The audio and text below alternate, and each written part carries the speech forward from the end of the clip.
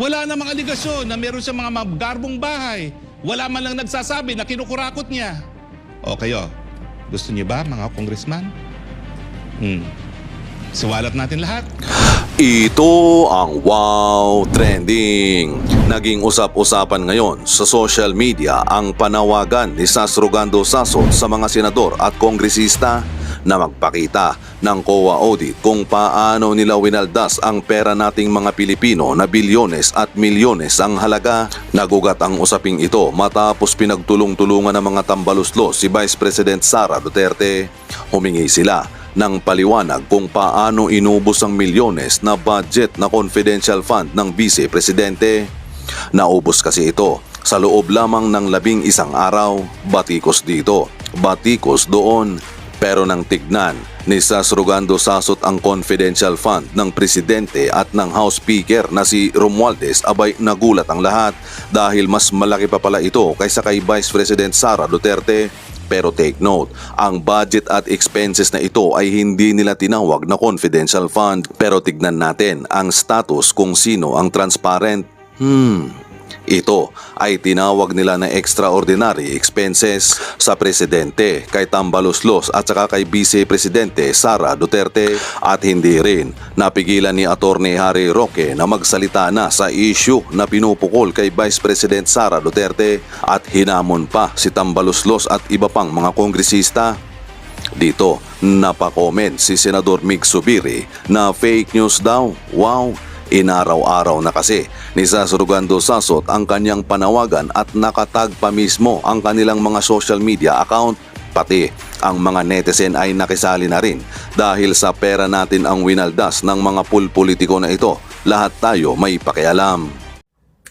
Meron na bang senador or congressman na ginamit sa kanya ang COA report? According to the COA report, itong congressman na to hindi niya ginastos ng tama ang pera. Or ang House Speaker hindi niya ginastos ng tama yung pera. Or itong senador na to hindi niya ginastos ng tama ang pera. Or may narinig na ba kayong ganyan? Meron na ba kayong narinig na ganyan, guys? Na ang congressman at ang senador, ang naging issue sa kanya ay COA report. Sabi ni Onel, wala. Di ba? Sabi ni Cons, oo nga no. Di ba? Sabi ni Xavier, yes, puro COA report ang hinahanap nila. Pero naisip na ba natin na hanapin ang COA report ng isang congressman or ng isang senador? Wala. Di ba?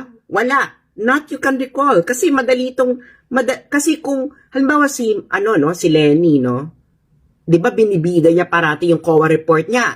Qualified, unqualified opinion, emerald for the third time, for the third year, ganyan. In fairness kay Lenny, saka kay PRRD nung panahon nila, both of them, for the straight year, unqualified opinion. So, ibig sabihin, mataas yung level nung audit. Okay. So, wala, di ba? Wala kayo naririnig na congressman or senador. So, ano ngayon ang gagawin natin? Siyempre, ang una nating tatanungin is, meron bang COA report ang bawat isang senador or bawat isang congressman? So, anong gagawin natin? Kasi naman, ang available lang naman na information sa atin ay yung nasa website ng COA. Di ba? Website ng COA. Kasi transparency So, pinapublish ng COA ang COA report. Kasi baka naman guys, itong mga senador at congressman natin is sobrang linis na maganda talaga ang COA report nila. Kaya hindi nagagamit ang COA report against them. Kasi baka naman talagang walang korap na congressman or walang korap na senador at ginagamit lang talaga nila sa tama ang perang ibinabayad natin sa gobyerno na dulot ng ating pawis. So pupuntahan natin ang website ng COA. So ito ang website ng COA. Okay? So pwede nyo itong puntahan, coa.gov.ph. Ngayon, pupuntahan natin 2022, no? Punta tayo ng 2022. Okay. So, hanapin natin yung sa House of Representatives. So, sa may, ayan, legislative offices. Diba? Legislative. Kasi guys, para naman makita natin, no? Kailangan nating mag-check ng COA report, no? Ng bawat isang senador at isang congressman. Kasi, di ba guys, dapat naglo-load pa siya. Kasi dapat, 'di ba, dapat bawat isang senador ma-justify nila na ang perang pinaghirapan nating mga taxpayers ay kanilang ginagastos sa tamang pamamaraan. At ang the best way to do that is audit. Mau-audit ito ng COA, 'di ba? Ng Commission on Audit. So ngayon, titingnan natin, no, itong mga senador na to at mga congressman na ito, kung meron silang COA report. Baka naman kasi meron. 'Di ba? Yun ang maganda dito sa website ng COA, transparent nakikita natin ang mga COA report ng bawat ahensya ng gobyerno. So, ito na, nag-load na siya. So, ito yung sa legislative offices. So, pupunta ngayon tayo sa House of Representatives. Unahin natin yung House of Representatives 2022. I-click natin. Ayan. So, ayan, ida-download natin kasi maraming files yan. At titingnan natin kung merong individual COA reports ang bawat isang congressman. Kasi nga, para makita talaga natin kung hindi sila korap at tama nilang ginagastos ang kanilang mga salapi. Okay. Okay, bumukas na po ang zip file at ito po ang mga files. Okay. Ito lang po ang mga files, transmittal letter, cover, executive summary, TOC and fly leaves, auditor report, management responsibility, FS notes to FS, observation recommendation, status of PY's audit recommendation, Annex A. So, ang FS po kasi is the financial statement. So, baka naman nandito, no, individual. So, ito lang siya. Buong Congress pala ito. Hindi siya individual. Ano ba to? Oo, wala, no? Walang individual congressman at hindi sila individually, kundi buong institution. Okay. Okay. So, baka naman nasa ibang file, guys, no? Ang COA report individually ng mga congressman na to. Okay. Baka naman nasa notes. Hindi pala notes yun. Hindi pala note. Baka naman nasa notes. Okay. Okay. Notes. Wala ring individual.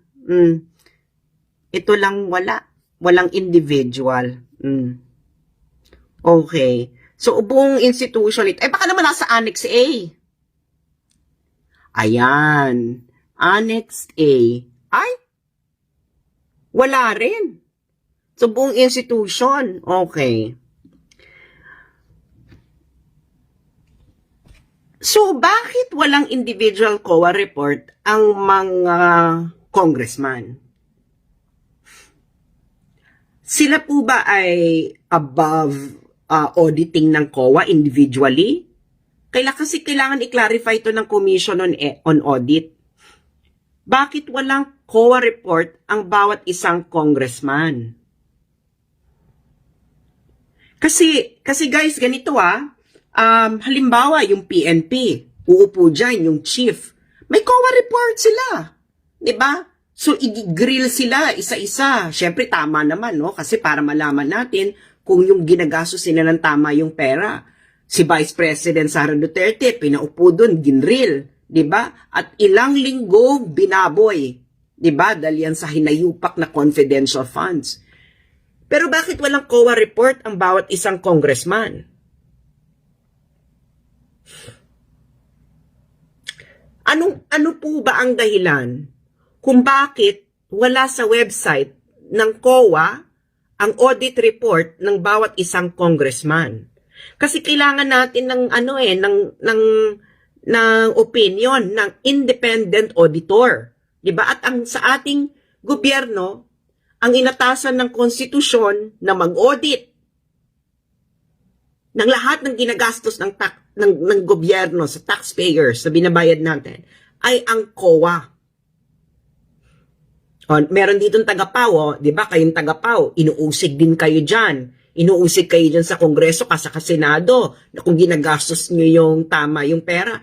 Pero bakit dito sa website ng COA, wala tayong makitang individual congressman COA report?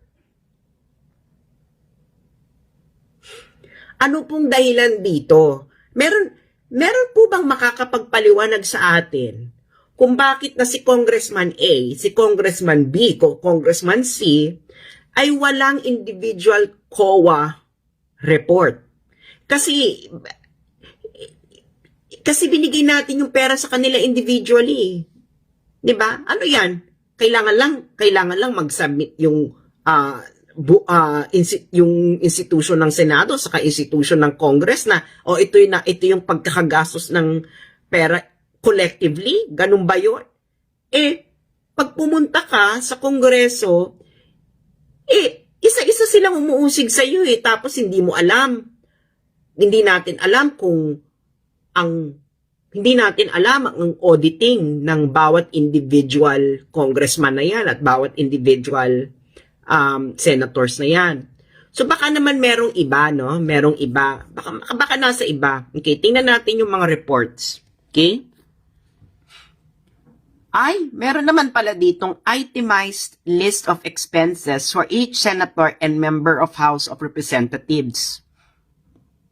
Ayan. Baka naman nandyan, itemized. Bakit 2020 lang ang available sa COA? Nasa ng 2021, 2022, 2019, 2018, Asan yung iba? Bakit 2020 lang? Ano ba nakalagay dito sa itemized? Puntahan natin ang senator. Okay. Senator. Ito na. Ito na ang senator. Hindi naman to COA report Nakalagay lang dito kung magkano yung ginastos, saan ginastos. Pero walang nakalagay. Ayan Ganyan lang siya This January 1, December 31, 2020, nakalagay lang kung magkano ang salary, magkano ang ibinigay sa extraordinary and miscellaneous expenses, travel, salaries and benefits, meetings, professional consultancy, ganyan, Diyos mio, other MOOE, saka grand total. So yung grand total, yan yung ginastos nila sa pera ng taong bayan. Pero wala dito nakalagay kung ano yung audit opinion ng kanilang pagkakagastos. Wala. Pero tingnan natin, Tingnan natin ang mga ginastos ng taong bayan. So merong isang senador sa isang taon, 89 million ang ginastos ng taong bayan sa kanya. Merong 104. Isang taon lang to guys, yan ang ginastos ng taong bayan sa kanyang operations as a senator, no? Lahat na yan ng ginastos ng taong bayan sa kanya. Ang mahal naman palang maging senador. Tapos wala naman kayong ginagawa kundi mang-usig ng mga tao. 104! Ano ba yan? Yan pala ang ginagastos sa bawat isang senador. Sa isang taon, umaabot ng 100 million per year. Ano ba yan? Ano po bang nangyayari? Bakit umaabot po ang gasto sa isang senador ng 100 million per year? Ano po bang serbisyo ang ibinibigay nyo sa taong bayan for 100 million per year? Diba? May napansin ako dito. Kasi titingnan natin kung sino yung pinakamalaking ginastos ang taong bayan sa kanyang operation. Doon muna tayo sa pinakamaliit. Ano bang pinakamaliit dito? Sino tong 65 million lang noong 2020? In fairness Senator Bongo. Senator Bongo. Senator Bongo, for 2020, ang ginastos lang sa'yo ng taong bayan ay 65 million. Ikaw ang pinakamaliit. Congratulations, Senator Bongo. Eh, yung nakakulong, si Laila de Lima, magkano ginastos ng taong bayan sa kanya? Nakakulong na nga lang siya. So, magkano ang taxpayers' money na inilagak sa kanya? De Lima. Okay. Ay, in fairness kay Laila de Lima, 97 million. Can you imagine, nakakulong ka lang, ang ginastos na ng taong bayan sa'yo ay 97 million? In fairness, magpakulong na rin kaya ako. Gagastos kaya sa akin ng taong bayan ng 97 million? Kunwari nagsasuffer kang burikat ka, pero ang ginastos sa'yo ng taong bayan habang ikaw ay nakakulong ay 97 million. Sino pa bang mga nagmamagaling sa Kongreso? Ay, si Risa. Risa Ontiveros. O, magkano ginastos sa'yo ng taong bayan noong 2020? Ay, in fairness, Risa, ha? My God, asensado ka na. Can you imagine? Nakikita lang kita sa Menjola, no? Naglalakad, nagrarally-rally. Pero in 2020, sa isang taon, naka 94 million ang gastos sa'yo ng taong bayan. Tarantadang to. Oh, mas mataas ka pa kay Bongo. Si Bongo 65 million, ikaw 94 million. Pero wala talagang panama talaga kay Laila de Lima. Nakakulong, pero ang ginastos sa kanya ng taong bayan ay 97 million. Mga burikat na to, Oh, sino bang pinakamataas sa inyo na ginastos ang taong bayan? So, 104, ganyan. 2022, year 2020. Okay. Ay, sino itong 116? 116 ba ang pinakamalaki? Taray ng 116 million, ha? For a year. Oh, 116 million ang ginastos sa senador na ito noong 2020. Sino ka?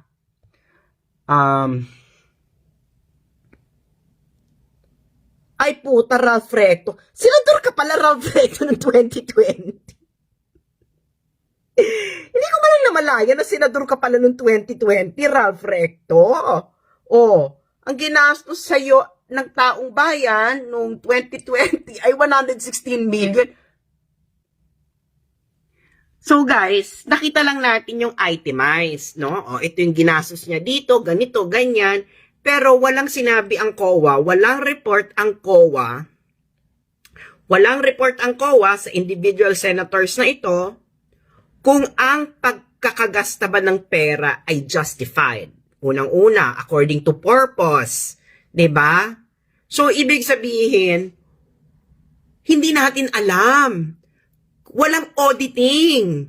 Walang publicly available audit report ang mga binayad ng taong bayan at ginasta ng mga senador na ito. So, paano natin ngayon malalaman kung tama ang pagkakagastos nila according to auditing standards? So, bakit confidential ang audit report? Bakit ko nasabing confidential? Kasi hindi siya publicly available eh. So, confidential COA report. Okay. So, pupunta ngayon tayo sa mga congressman. Okay guys, ito lang kasi yung available, no, na itemized list of expenses for each senator and member of House of Representatives. 2020 lang yung available sa COA. Walang 2021, 2022, 2019, 2018, 2017. So, pupunta ngayon tayo sa House member. Okay. Download. Okay, ida-download natin. O, ito na. O, ito. Ay! Hindi rin siya audit report. O, 2020 lang siya eh. So, ganun din kung magkano yung nilagay sa bawat isa. And then, ayan. So, wala siyang audit report, no? Hindi siya audit report. Nakalagay lang kung ito yung ginastos niya, pero wala po ditong opinion na yung pagkakagasta po ng pera ay tama at according to performance. So, alam mo, yung normal na audit report, no? Hindi talaga siya audited. Walang audited dito. Okay. So, yung sinasabi ni Kimbo na audited kayo, nasan dito sa COA yung audit? Meron pa bang ibang auditor? Meron pa bang ibang auditor? Stella Kimbo? Na hindi namin nalalaman? Ano ba yan? Confidential auditor? Okay. Tinan na nga. So, ang senador, kung kumikita ang senador ng mga at least 65 million per year, ang ginagastos ng taong bayan sa kanya, magkano naman dito sa mga congressman? In fairness sa congressman, medyo mahina ang kita nila, ha? Okay. Mga ano lang naman sila, for the year na ito, 2020, ang umaabot lamang ng 25 million. Okay? Pinakamataas na is 34 million ata. Ano ba to? Tingnan natin ha. 34 million yung isa kong nakita guys na pinakamataas na ginastos ng taong bayan sa isang congressman. Okay. So, sino ba tong 34 million na to? Baka naman deserve niya tong 34 million na to, no?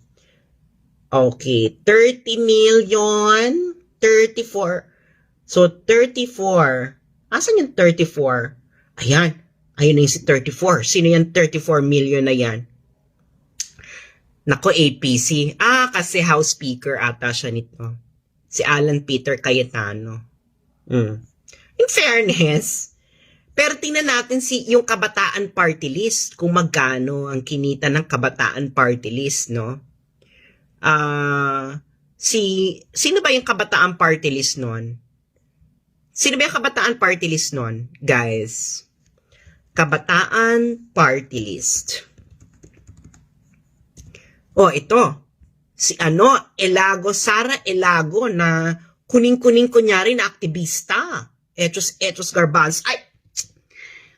Kabataan Party List. 21 million pala ginastos sa inyo ng taong bayan, Kabataan Party List. Noong 2020, 21 million. In fairness Sara Elago. Ano ka lang dati sumisigaw-sigaw ka lang sa kalye, nagbunga, naging 21. Can you imagine gumastos ang taong bayan sa inyo ng 21 million para mag-recruit ng NPA? Ididemanda niyo akong red tagging? Sara, tumira ako ng Netherlands. Kung nasaan ang command center ng CPP-NPA, alam ko yung mga pinaggagawa ninyo.